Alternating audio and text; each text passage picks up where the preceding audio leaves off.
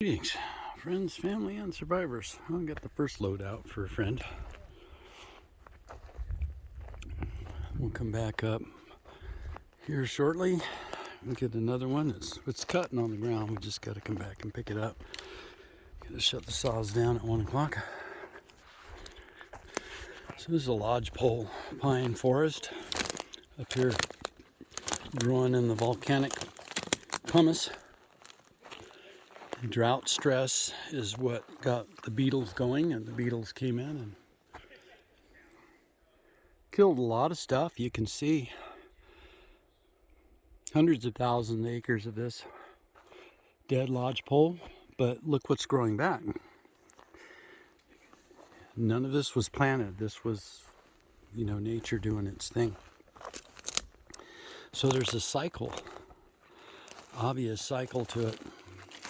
The time to have dealt with this problem with the beetles was log it 30 years ago, and we wouldn't have lost all of it. It wouldn't be just firewood. Of course, they don't mill the lodgepole, but there are other uses other than firewood for it. Mule deer. So they didn't do anything, and it all died off, and then it caught on fire, and 800,000 acres of it burned 2 years ago. It's just over there, side of that mountain in the background. From there, that way, 27 miles. But this was all beetle infestation from drought 30 years ago. And of course, now you see it's replanted and coming back really strong. The only thing is it would be nice if this came back in ponderosa, and the Forest Service agrees. The ponderosa is a marketable timber, where the lodgepole is not, at least for lumber.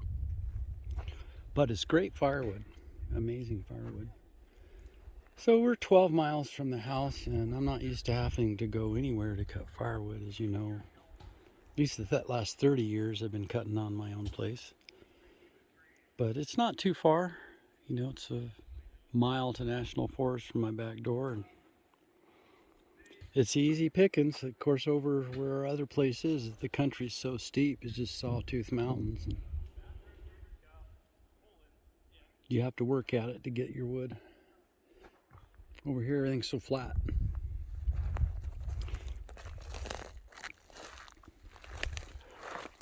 El Fuego, if you want to know where I'm standing, about 1.5 miles from El Fuego Mountain in the Fremont-Wanema National Forest.